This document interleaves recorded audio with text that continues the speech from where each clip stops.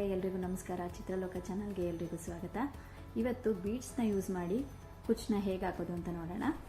ನಾನಿಲ್ಲಿ ಸಿಲ್ಕ್ ಥ್ರೆಡ್ನ 47 ತೊಗೊಂಡಿದ್ದೀನಿ, ಮತ್ತು ಕುಚ್ಚು ಕಟ್ಟೋದಕ್ಕೆ ಜರಿ ಥ್ರೆಡ್ ತೊಗೊಂಡಿದ್ದೀನಿ, ಮತ್ತು ರಿಂಗ್ ಬೀಡ್ಸ್ನ ತೊಗೊಂಡಿದ್ದೀನಿ, ಮತ್ತು ಕಲರ್ ಕಾಂಬಿನೇಷನ್ನಿಗೆ ಪಿಂಕ್ ಕಲರ್ದೊಂದು 47 ದಾರನ ತೊಗೊಂಡಿದ್ದೀನಿ, ಮತ್ತು ಕಟ್ ಮಾಡೋದಕ್ಕೆ ಒಂದು ಸೀಸರ್ ತೊಗೊಂಡಿದ್ದೀನಿ. ನಾನಿವಾಗ ಸೀರೆನ ಮೊದಲೇ ಒಂದು ಇಂಚಷ್ಟು ಮಾರ್ಕ್ ಮಾಡಿ ಇಟ್ಕೊಂಡಿದ್ದೀನಿ.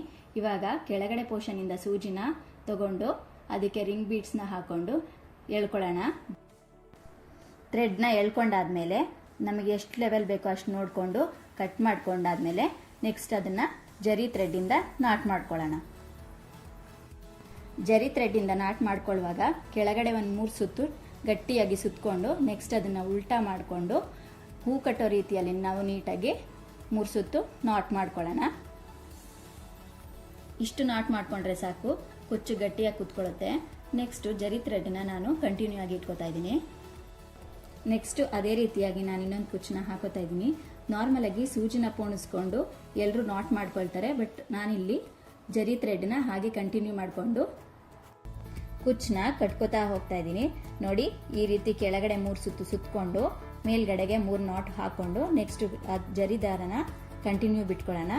ಮುಂದೆ ಯಾವ್ಯಾವ ಕುಚ್ಚನ್ನ ಹಾಕೋತಾ ಇದ್ದೀನಿ ಅದನ್ನ ಹಾಗೇನೆ ಇದೇ ರೀತಿ ಕಂಟಿನ್ಯೂ ಮಾಡ್ಕೋತಾ ಹೋಗೋಣ.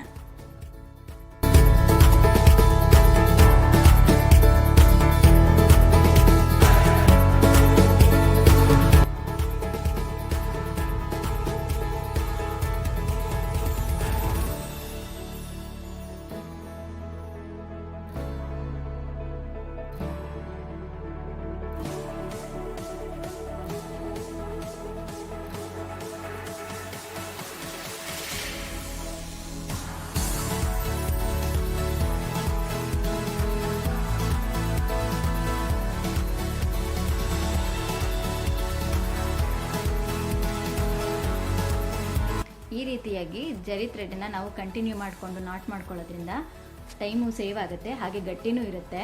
ಮತ್ತು ಸೂಜಿನ ಪೋಣಿಸ್ಕೊಂಡು ನಾಟ್ ಮಾಡ್ಕೊಳ್ಳೋದ್ರಿಂದ ತುಂಬ ಟೈಮ್ ಹಿಡಿಯುತ್ತೆ. ನೋಡಿ, ಇದು ಈಸಿಯಾಗಿದೆ, ಬೇಗನೂ ಕಟ್ಕೋಬಹುದು. ನೋಡಿದ್ರಲ್ಲ ಬೀಡ್ಸ್ನ ಯೂಸ್ ಮಾಡಿಕೊಂಡು ಹೇಗೆ ಕುಚ್ಚನ್ನ ಕಟ್ಟೋದು ಅಂತ. ಈ ವಿಡಿಯೋ ನಿಮಗೆ ಇಷ್ಟ ಆಗಿದ್ರೆ ಲೈಕ್ ಮಾಡಿ, ಹಾಗೆ ನನ್ನ ಚಾನಲ್ನ ಸಬ್ಸ್ಕ್ರೈಬ್ ಮಾಡೋದನ್ನು ಮರಿಬೇಡಿ. ಎಲ್ರಿಗೂ ನಮಸ್ಕಾರ.